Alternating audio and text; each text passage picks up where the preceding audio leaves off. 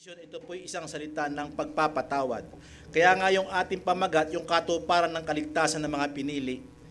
Dahil ito, pang-apat na sinasabi natin yung remission, yung pagpapatawad.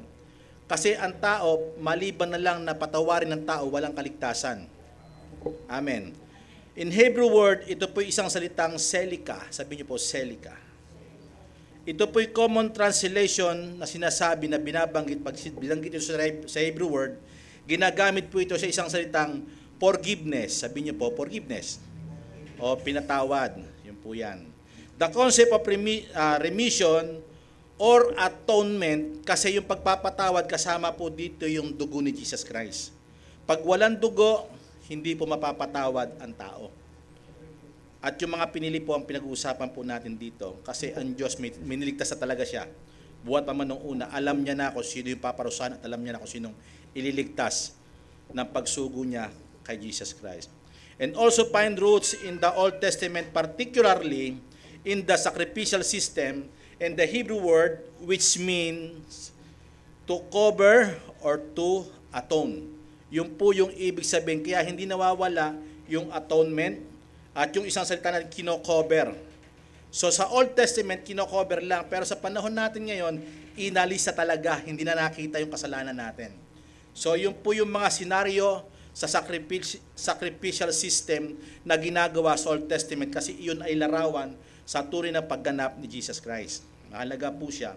In Greek word, kasi Old Testament po yung binasa natin, ay yung ating pinapakita sa Hebrew word po na remission. Sa Greek word po, ito po ang isang salitang aphesis. Sabi niyo po aphesis. Pero ang translation po nito, ephesis. Yung ibig niya pagkakaano dito, salita. Pronunciation pala, ephesis. Pero A ang simula. Aphesis kung babasahin, pero sa pag-pronounce po nito, sinasabi po ephesis. Ang definition po nito, forgiveness, release, remission. O parang pinalaya, nirelease na. Okay?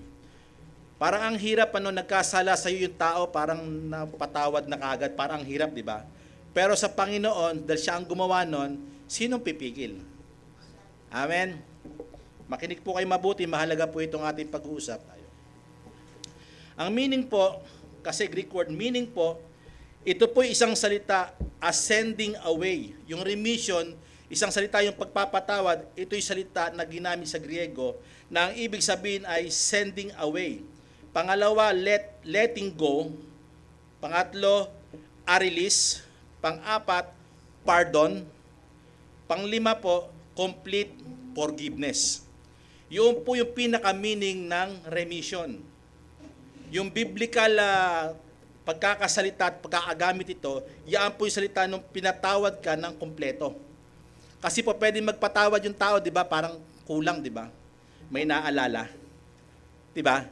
Pero yung sinasabing atonement, yung sinasabing cover, ito'y nakalimutan na kasi tatatakpan na nga eh. 'Di ba? Wala na, hindi nakikita yung nagawang kasalanan ng tao. Yun yung ibig pong sabihin dito. Biblical meaning of remission, the word remission is made up of the word mission. Bakit nakalagay yung re tapos mission? Kasi yung re, ito po isang salita na prefix. Sabihin niyo po prefix. Ibig sabihin may mission na gagawin doon sa mga elect na nagkasala at magkakasala. Alam ng Diyos sa creation magkakamali. God is all-knowing. Alam niya na kahit hinatnan na ang tao, kahit maganda yung pagkakalika niya, alam niya na magkakamali yan. At alam niya bakit? Kasi meron siyang hinanda para sa katubusan o kapatawaran para sa kanila. Can I hear amen? Ibig po sabihin yan, yung sinasabing remission, ito po, it's taken from the Latin word missio, which means to send. Yun po ibig sabihin, yung isinugo na, inalis na. Yung prefix mo means away, kaya ang ibig sabihin niya, yung re, away na yon. Yung mission, mission. Kaya remission. Nung pinagsama siya, ito isang salita yung sending away. Yung away, ibig sabihin niyan, re. Kaya nga, sending, yan po yung isinang ginagamit na mission. Diba? Pero yung away, re, kaya remission. Naintindihan po ba natin? To speak of remission of sin is to say that our transgression had been sent away. Amen. Na isang pagkakahulugan po nito, yung ating mga pagsalangsang, kasalanan, ay ito po ay inalis na. Itinaboy na. Amen. Hindi na po nakita. Diba? Sa Old Testament na cover, diba? Na-atone po siya ng dugo ni Jesus Christ. Tayo pinawalang sala dahil sa ginawa ni Jesus Christ. Tignan po natin sa origin po, yung word ng origin po ng Griego, derived from the Greek word verb. Isang salita po sa root word po nito, yung ginagamit, si Pastor ginamit din po ito, apiemi. Yung apiemi po, ang meaning po niya, to send away, iisa po sila ng meaning. Pero kasi pinagkunan kasi sa original, kaya ito'y nagkalakip-lakip para pagtibayin. Kaya ito'y salita na to send away, to release o pawalan. Parang pinalaya na. Pinawalan na yung kasalanan. Kasi tayo nakakabit tayo sa kasalanan di po ba? Dahil kay Adan, namana natin, di po ba? Kaya ito'y pinawalan na. Parang ang sarap, Ang sarap intindihin, di ba? Parang kahit nagkasala ka pero wala ka kasalanan. Yung ibig po sabihin dito. Yung tinaboy na. Pag sinabing tinaboy, gusto mo pa mang makita? Ang Panginoon, kaya niya tinaboy yon kasi ayaw niya makita ang kasalanan sa mga pinili. Amen. Una, para maintindihan po natin sa Hebrew, ito ba, ilang bagay lang po ito na pag-uusapan natin. Pero babasa pa ulit po ako. Ito po yung absolute truth definition ng meaning na sinasabi po ng remission. Ito po ay biblical context refer to the forgiveness or pardon of sins, allowing the sinner to be freed o hinantulutan niya na makalaya from the guilt and penalty of sin. Totoo lang, guilty ang tao sa kasalanan. Dahil guilty ka, anong karapat dapat sa tao? Parusa, di ba? Tapos yung isang salitang penalty, ibig sabihin para tanggapin yung parusa.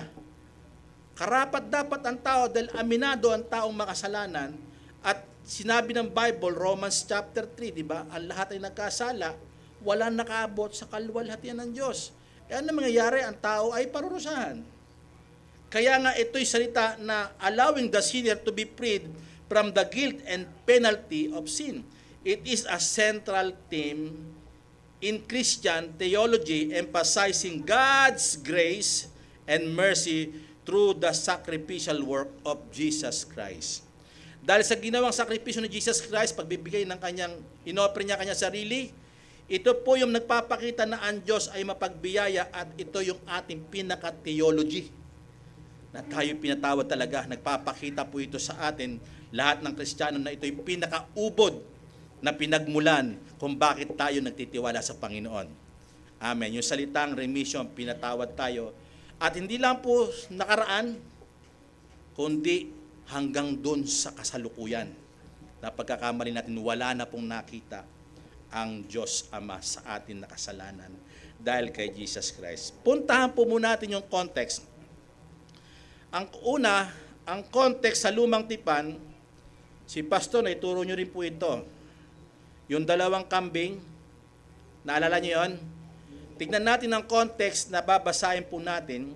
And Leviticus chapter 17 verse 11, pero chapter 16 yung pupunta natin yung context. Pero babasa po ako ng isang verse para patunayan sa Old Testament ay may nangyayari na sa kanila na kaligtasan ng Israel. Makinig kayo. Sapagkat ang buhay ng laman ay nasa dugo. Hindi ba kaya tayo nabubuhay, may dugo tayo? Pag wala kang dugo, patay ka na, di ba? Pero ito sabi niya, at aking ibinigay sa inyo sa ibabaw ng dambana upang itubos sa inyong mga kaluluwa. Ipinag-utos ito ng Diyos kay Aaron para gawin itong mga sacrificial na ito sa mga tupa. Merong mabububong dugo doon sa ibabaw na yun para ikapapatawad ng mga kasalanan at kaluluwa ninyo. Ito'y isang salita, parang agreement po ito. Pag ginagawa nyo yan, hindi ko kayo paparusahan. Kasunduan. Hindi niya paparusahan ng Israel sa kanilang kasalanan dahil merong mamamatay na tupa. At ang sabi po dito, sapagkat ang dugo ang siyang tumubos dahil sa buhay. Ibig sabihin, tutubusin ng dugo, yung namatay na doon sa inosente, tutubusin yung mga kasalanan ng mga nabubuhay na makasalanan. Yun po yung ibig sabihin niya, tutubusin ng dugo, may namatay na tupa, at meron dugong ibinuhos po doon, at yun po ang dahilan, kaya tutubusin yung mga buhay na makasalanan. O, naintindihan niyo po. Puntahan po natin yung verse 16, kaya sa context po tayo ng ginagawa. Bakit ginagamit po yung salitang remission? Yung salitang itubos ng kaluluwa at patawarin sa kasalanan dahil sa dugo ay buhay. Ayun po sinasabi. In Leviticus chapter 16 verse 7 to 10, ito po nangyari. Si pastor po, tinuro po ito. At kukunin niya ang 2 kambing at inalagay niya sa harapan ng Panginoon. Ilan po? 2. Sa pintuan ng tabernakulo ng kapisanan. At pagsasapalaran ni Aaron ang 2 kambing. Ang isa sa kapalaran ay sa Panginoon at ang isa sa kapalaran ng kay Azazel. At iharap ni Aaron ang kambing sa kinahuhulugan ng kapalaran sa Panginoon at ihahandog sa pinakahandog dahil sa kasalanan. Papaliwanag ko po mamaya. Ngunit ang kambing na kinahuhulugan ng kapalaran kay Azazel ay ilalagay sa buhay sa harap ng Panginoon upang itubos sa kanya at papayaunin kay Azazel sa ilang. So merong tinatawag na sinasabi ni pastor nga, totoo po yung scapegoat. At yung isa may iwan. Yun po yung papatayin. Yun po yung ibibigay sa Panginoon. Pero yung isa ay papalayain. Verse 21 and 22, yung isa, ito po yun. At ipapatong niya Aaron ang kanyang 2 kamay sa ulo ng kambing na buhay at isa sa ibabaw na yun ang lahat ng mga kasalanan ng mga anak ni Israel. In-name mo lahat ng kasalanan. Yung lahat ng paglabag sa kautusan, sabihin mo. Binabanggit doon, ito yung mga utos, di namin nagawa, hindi nila nagawa, yun ang sasabihin ni Aaron, ang dami nun. Sabi ni pastor, totoo po yung 613 na pagsalangsang ang sinasabi doon. Ang tagal na seremonya. Babanggitin, ito, kasalanan nito. Di ba? Hindi nila nagawa. At ang sabi rito, ngunit ang kambing na kinahuhulugan ng kapalaran kay Azazel ay ilalagay na buhay sa harap ng Panginoon upang itubos sa kanya at payayaunin kay Azazel sa ilang. So ano pong gagawin? Isusugo po. Diba, pinatong na yung kamay sa kambing at ang sabi niya rito, ang lahat ng kanilang pagsalangsang, binanggit po doon, lahat ng mga kanilang kasalanan, transgression, yung pagsalangsang, transgression, kasalanan, sins, hindi pa nagagawa, marahil ganon, at ilalagay niya sa ulo ng kambing at kasi i-bless niya yung parang i-bless niya, ipapataw niya eh. Isasalin yung kasalanan sa kambing at ipapadala sa ilang sa pamamagitan ng kamay ng isang taong handa o yung tagapagdala. At dadalhin ng kambing ang lahat ng kasalanan nila o lahat ng kasalanan ng Israel sa lupaing hindi tinatahanan at papawalan niya ang kambing sa ilang. Yung isang salitang ginamit po dito, sending away. Nirelease po yung kasalanan. Now, bakit po kambing ang ginamit dito? Papaliwanag ko po ito ng sa inyo. Parang nabuksan po ako dito. Kaya pala kambing, kasi yung sinasabi pinagsapalaran po dito, magpapalabunutan. Kung alin yung ibibigay sa Panginoon, gagawin ni Aaron, kung alin dito yung papalayain at kung alin dito yung papatayin. Bakit kambing? Lord, sabi ko, bakit kambing po ang ginamit nyo? Ito po pala yung nagsisignificant sa atin. Tayo pala po ito. Nung namatay si Jesus Christ, pero dapat mamaya ko pa sabihin, pero siguro ganito para maintindihan natin yung Old Testament. Si Jesus Christ, namatay po siya po di ba inilibing? Alam niyo po ba bakit kambing ginamit dito? Dahil tayo mismo nagsisignificant sa isang kambing. Nung namatay si Jesus Christ, kasama tayo sa kanyang kamatayan. Yung isa pinalaya, di ba? Alam niyo po ba yung dating old nature natin, makinig kayo mabuti, mahalaga po ito, sabi ng Panginoon sa akin, habang inaano ko ito, minemeditate ko ito, tayo pala yung old nature natin pinalaya na, pinatakbo na. Kaya hindi nakikita sa atin yung kasalanan. Yung dating buhay natin, di ba sabi ng Bible, wala na, lahat ay bago na. Yung lumang kalikasan, yung pala yung ating pagkatao na pinatakbo na. Amen. Naintindihan niyo po ba?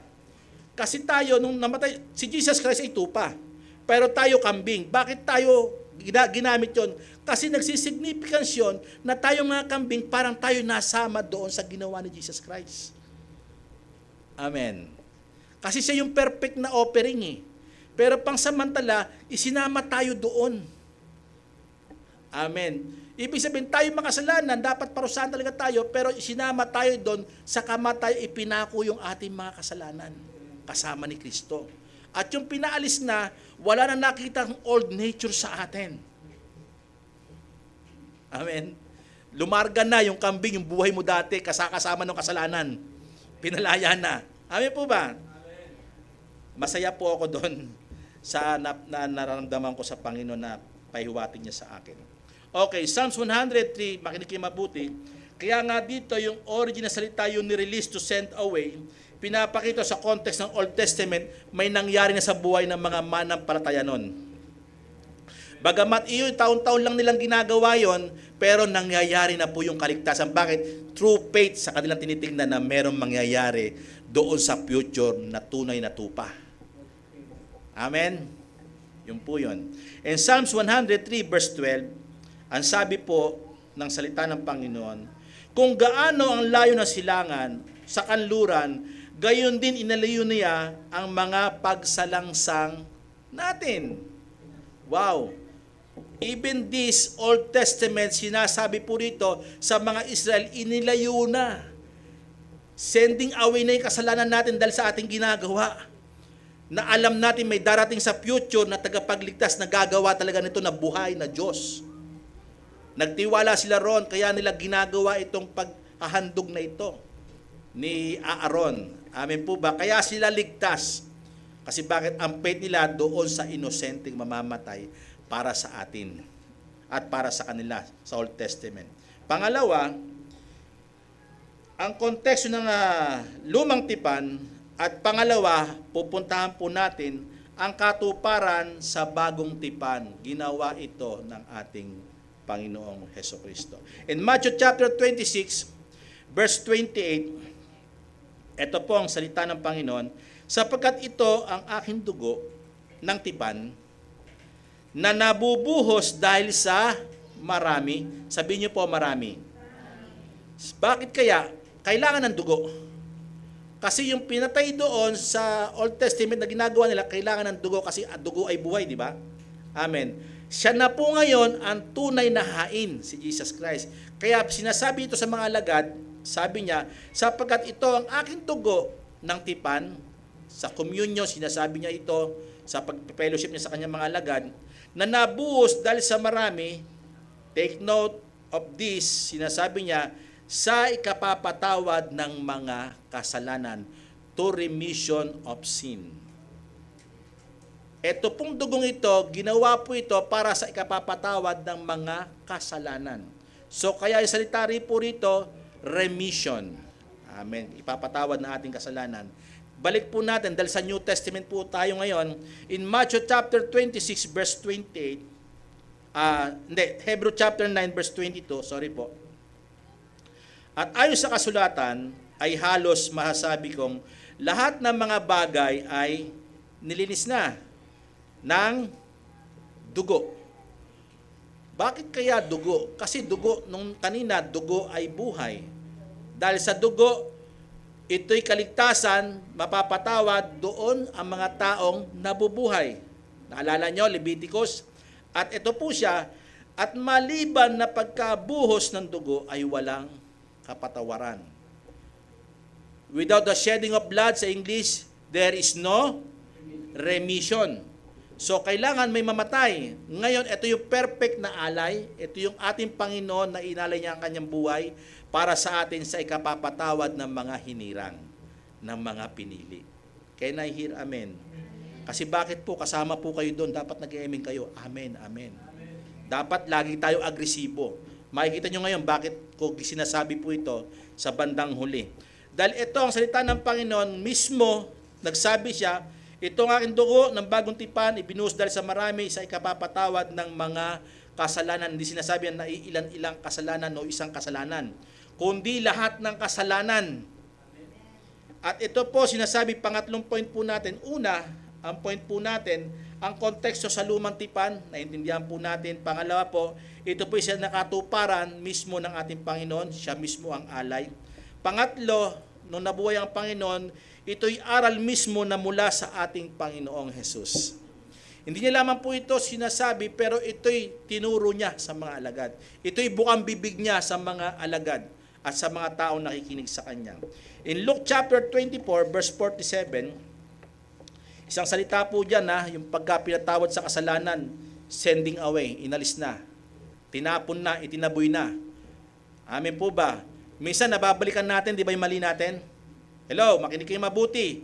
Pero ito'y hindi na nakikita ng Panginoon. Bakit? Dahil sa Kanyang ginawa. Hindi sa iyong gagawin. Amen? Sige po, palakpakan niyo si Lord. How many times we all fail? Maraming bagay tayo, maraming panahon, pagkakataon na fail tayo. Di po ba? Pero sinisingil pa ba tayo doon ng Panginoon? Hindi. Wala nang guilty. Wala nang penalty ng sin. Amen? Nabasa natin kanina, di ba? Bakit? Dahil sa kapangyarihang ginawa ng dugo ng ating Panginoon na tigis. Amen? And sabi po doon sa binasa natin, Luke chapter 24, verse 47, at ipapangaral sa kanyang pangalan ang pagsisisi at pagpapatawad sa mga kasalanan ng lahat ng mga bansa. So, hindi lang ang Panginoon sabi ito, kundi kailangan ipangaral ito, turo ng Panginoon, kailangan ipangaral ito, sinasabi niya sa mga apostol, hindi lang sa atin, kundi sa lahat ng bansa.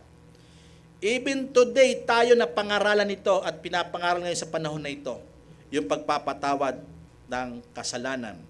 Na nagbuhat sa Jerusalem. Ano yun? Si Jesus Christ ay buhat sa Jerusalem. Siya po yung saktong handog. Amen? At isa pa, ngayon, parang may pumasok sa isip ko na dyan yata, sa dyan, nakalagay po yan. Sabi niya, ito ang kordero ng Diyos na nag-aalis ng kasalanan ng isang bansa, ng buong mundo, lahat, hindi na nakita ng Diyos. Alam niyo po ba ito? Makinig kayo. Ito, sana maintindihan niyo po ako. At huwag niyo pong i-misinterpret po yung sasabihin ko po dito. Makinig kayo. Alam niyo po yung ginawa ng Panginoong Hesus. Bakit ang Panginoon hindi pinaparusahan ng sandaigdigan? Hello? Nadamay pati yung unbeliever sa blessing ng mga Kristiyano dahil kay Jesus Christ. Kasi bakit? Kung magpaparusa siya doon sa mga dadamay tayo eh. Hello? Kaya may takdang panahon, kaya nandirito pa tayo. Kaya yung blessing, tinatamasa din ng mga unbeliever dahil sa mga Kristiyanong totoon, mga pinili. Amen? Kaya sinabi niya rito, kasalanan ng buong sanlibutan. Inalis po ito. Hindi sinabi niya po rito na sa ilang portion lang, hindi. Lahat po, kaya ang Diyos walang nakikita pa. Pero pag nawala na po rito, yung mga Kristiyano, makikita niya na yung makasalanan na iwan. Kasi wala nang bahid yung lahat dahil sa atin sa Panginoong Jesucristo. Dahil sa ginawa ni Jesus Christ. Amen? Maybe. Baka sinasabi niyo, maybe. Pero yun ang totoo, kaya ang Diyos, hindi siya nagagalit sa sanlibutan dahil sa ginawa ng ating Panginoong Jesucristo. Pag ang Panginoon kinuha niya na tayo, makinig kayo mabuti, makikita niya na ngayon yung mga makasalanan. Hello? Mahalaga po yun. Rapture? Hindi po ito rapture. Okay, tuloy po natin. Pang-apat, bukod sa itinuro ito ng ating Panginoon, itinuro din po ito ng mga apostol. Si Pedro po, In Acts chapter 10, verse 43, ito po sabi niya, siya ang pinatotohanan ng lahat ng mga propeta, nangaral si Apostol Pedro po dito, na ang bawat sumampalataya sa Kanya ay magkakamit ng kapatawaran. Forgiveness, ginamit po rito. Sa mga kasalanan sa pamamagitan ng Kanyang pangalan. Ang pangalan ni Jesus Christ, binanggit ni Pastor kanina, pag ikaw ay Kristiyano, ano ka na? Si Jesus Christ ay nasa iyo. Di po ba? Taglay-taglay mo yung Kanyang pangalan. Amin po ba? Pag taglay-taglay mo ang Kanyang pangalan, sigurado po yun, ikaw ay pinatawad na sa lahat ng kasalanan. Kasi bakit? Dahil siya'y namatay para sa iyo. Namatay siya sa mga pinili. Yun po yung sinasabi po rito. Pangalawa, si Pablo. Para maintindihan natin, inaral po natin nakaraan po ito. In Romans chapter 3, verse 25, na siyang inilagay ng Diyos ng maging, ano daw po, pangpalubag loob. Propitiation. Sa pamamagitan ng panampalataya sa kanyang dugo. Dahil sa faith natin sa Panginoon at hindi nawawala yung dugo, atonement. Kasi may nangyaring atonement na ginawa kay Jesus Christ. Nabubo yung dugo po niya. Upang may pakilala ang kanyang katwiran dahil sa hindi pagpansin sa mga kasalanan na nagawa na nagdaang panahon sa pagpapahinuhod ng Diyos. Nakita nyo? Kaya ang Diyos hindi siya nagagalit eh. Dahil nandito tayo, nagpapahinuhod siya. Pero pag wala na tayo dito, ano pa bang pasensya gagawin ng Diyos? Paparusahan niya na yung mga naiwan. Amen? Kaya dahil yung mga nanampalataya narito, ibig sabihin, lagi tayo iniingatan, pati sila nadadamay. Amen. Napansin niyo po ba sa inyong pamilya, ibig sabihin, kaya ang mga anak niyo, mga kamag-anak niyo iniingatan? Alam niyo kung bakit?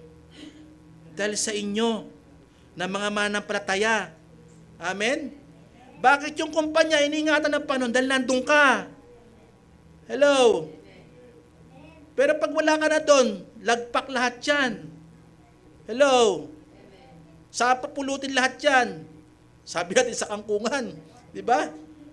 Kaya nga napakapalad natin dahil kay Jesus Christ sa ginawa ng Panginoon. Pati yung pamilya natin nasasakop ng biyaya. Amen? Kahit hindi nagtiwala pa yung mga yan, ang favor nandun pa rin. Amen? Mahalaga po yun, kaya naunti-unti po tayo. Theological significance, ito po, remission, theological po tayo, significant. Remission is integral to the doctrines of salvation. Ang ibig sabihin, ito'y kakumpletuhan o ito'y pangunahin. Pag sinabi integral, ito'y pangunahin na doktrina patungkol sa salvation. It underscores the belief that the humanity is inherently sinful in need of divine forgiveness. Pag sinabi pong underscore, ito po'y nagbibigay diin. Yung patungkol sa doktrina ng salvation na ang mga mananampalataya ng sangkatauhan, makinig kayo mabuti, na sila ay merong silang sanhi na likas na makasalanan. Meron sila na nangangailangan ng divine forgiveness. Ano nangyari? Nangyari na. Dumating na yung tagapagligtas. Bakit ko po ito sinabi? Kasi sa Romans chapter 3, kailangan natin In Romans chapter 3 verse 23 to 25, sapagkat ang lahat ay nagkasala nga at hindi nakaabot sa kaluwalhatian ng Diyos. Binanggit ko kanina. Verse 24, ito po yan. Kaya mahalaga pong doktrinang ito Palibhas ay inaring ganap na walang bayad ng kanyang biyaya sa pamagitan ng pagtubos na kay Kristo Jesus. 25. Na binasa ko rin po kanina, na siyang inilagay ng Diyos na naging pampalubag loob sa pamamagitan ng panampalataya sa kanyang dugo upang may pakilala ang kanyang kaluwalhatian dahil sa hindi pagpansin sa mga kasalanan ng mga nagawa na nagdaang panahon sa pagpapahinuhod ng Diyos. Makinig kayo, mahalaga po ito. Yung isang salita ritong remission, makinig kayo, sa lahat ng doktrina, makinig kayo, take note nyo po ito, sa isip nyo, huwag nyo po itong kakalimutan. Sa lahat ng doktrina, even yung yung una natin teaching na substitution, propitiation, di ba? Reconciliation at iba pa mapag-aaralan natin.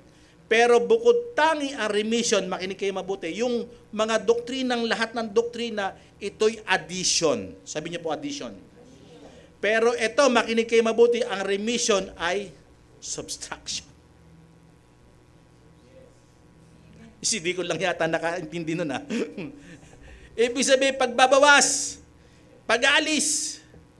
Kaya itong pinakamaganda para sa akin, yung pinatawad ka, inalis. Lahat ng ginawa ng doktrina, ito'y para sa Panginoon, para idagdag sa atin ang mga biyaya. Hello? Pero itong tanging doktrinang ito, ang pag-aalis. Inalis niya, kinalimutan niya. Di ba sa subtraction may inaalis, di ba? Itong kasalanan natin, inalis lahat. Wow. Pero yung mga blessing, marami. Ginawa kang anak ng Diyos, inampung ka, sinantify ka, di ba?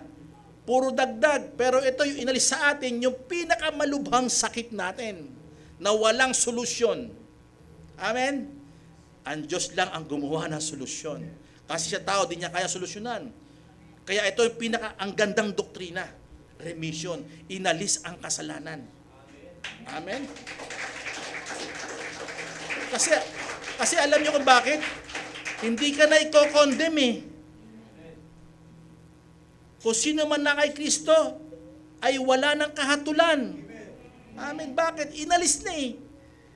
Forever niya inalis, hindi na nakikita eh. Dahil sa atonement, dahil sa ginawa ng ating Panginoong Jesucristo. Pero ang blessing, marami dinagdag sa atin. Pero ang pinakamaganda, yung inalis muna bago mapunta yung mga blessing. Amen. Kasi kung hindi naalis yung kasalanan, anong blessing tatanggapin ng tao? Kundi curse. Amen.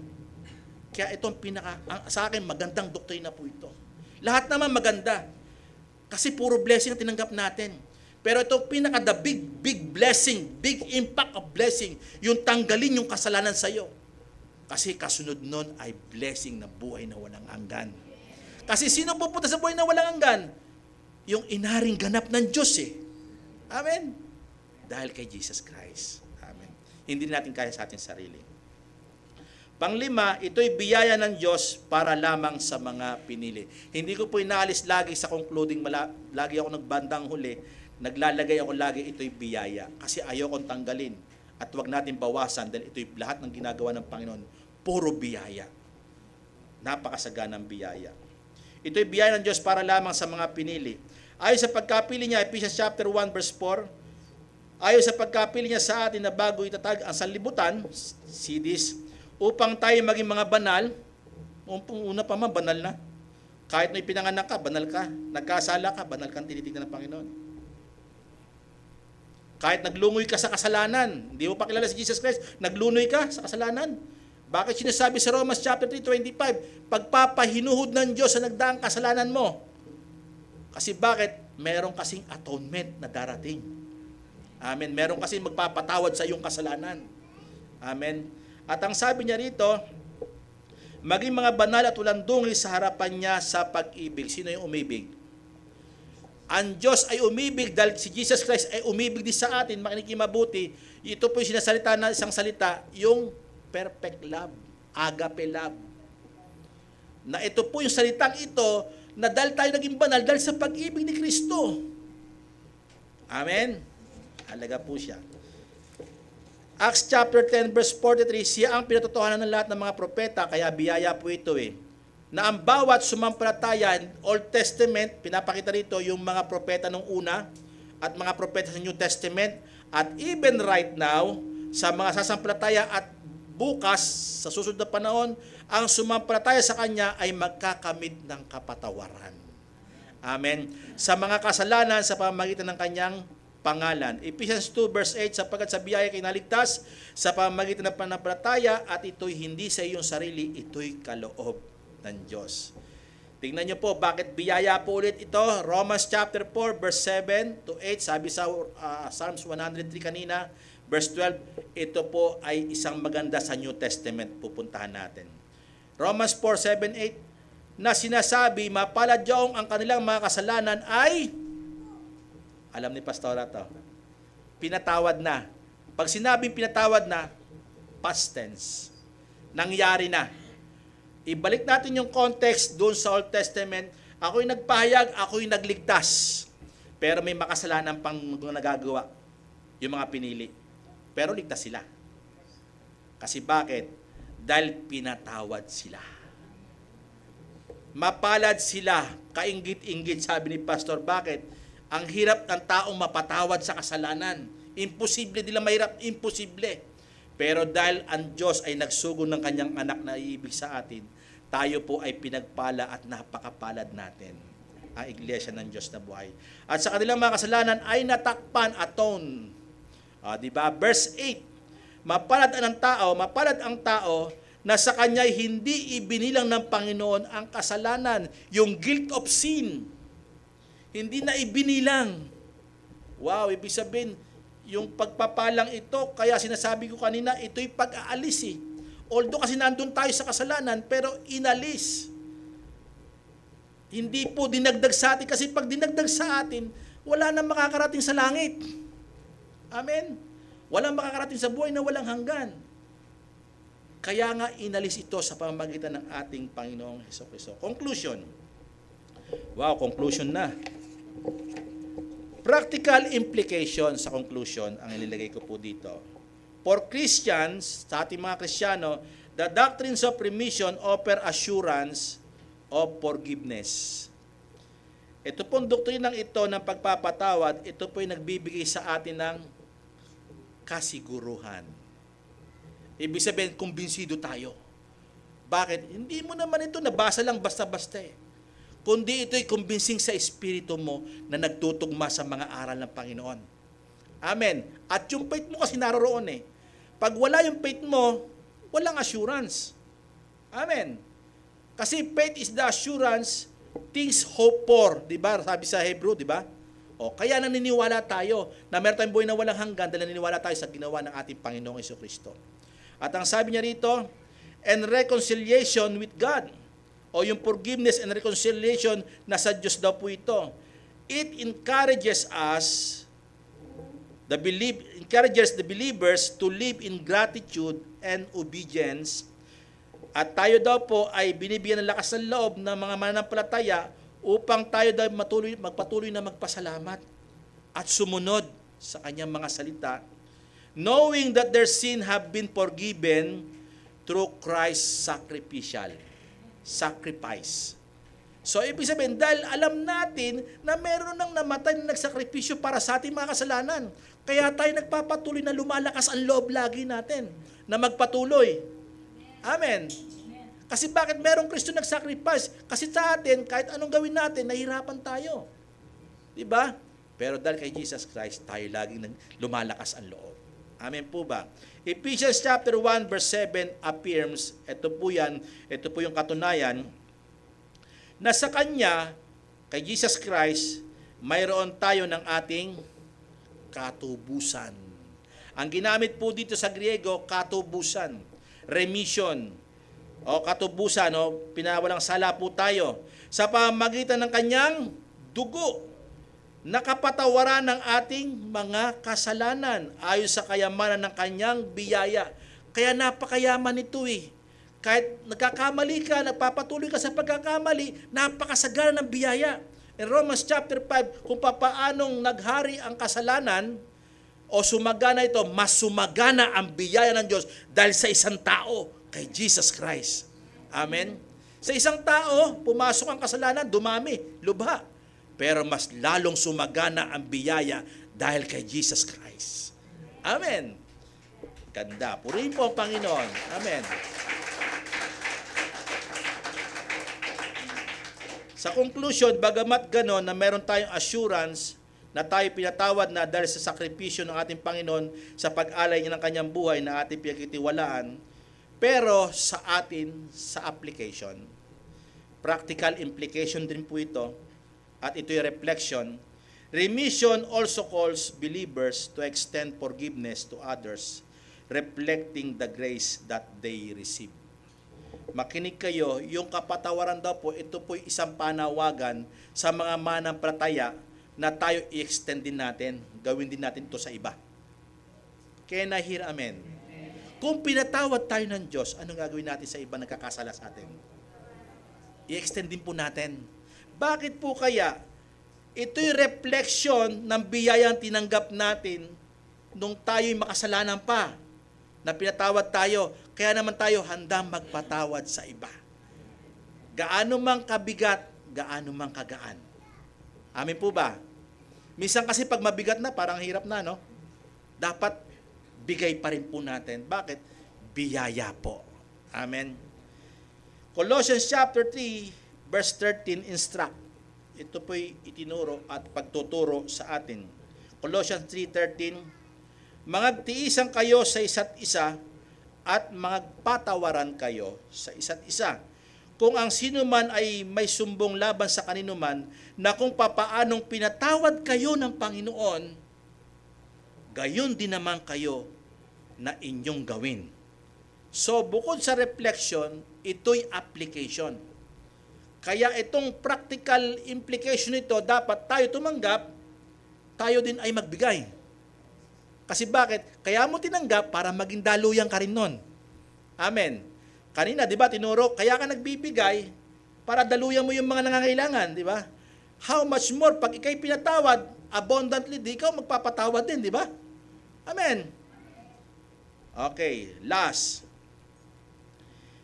This reciprocal forgiveness is a testament to the transformative, makinig kayo mabuti, transformative power of God's grace in the life of a believer. Ibig sabihin, ito po'y kinutumbasan mo ba? Hindi naman parang sinasabi mo, ginagawa mo. Diba? Pag sinabi reciprocal, ito yung corresponding. Dahil tumanggap ka, ang response mo, magbigay. Diba? Corresponding, pag sinabi reciprocal, responding po ito. Response of forgiveness is a testament. Ito'y patotoo o ito'y katunayan to the transformative, ito ibig sabihin transformative power of God. Pag sinabing transformative power, ito'y kapangyarihan na nakapagpapabago. Transformative power of God's grace na biyaya ng Diyos. Ito po yung lakas ng kapangyarihan na nakapagbabago sa buhay ng mga mananampalataya. Ulitin ko po ulit, this reciprocal forgiveness is a testament to the transformative power of God's grace in the life of a believer.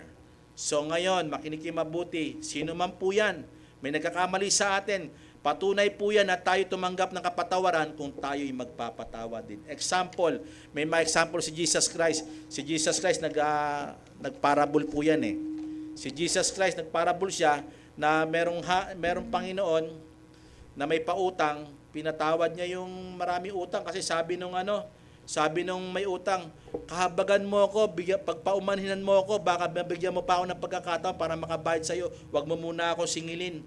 Kasi paparusahan siya O sige, napakalaki ng utang mo, o sige. Pinatatawad na kita, humayo ka na. Eto na, nung humayo na yung lalaki. Nakakita niya yung isang alipin. May utang sa kanya. Ang sabi niya, magbayad ka, may utang ka.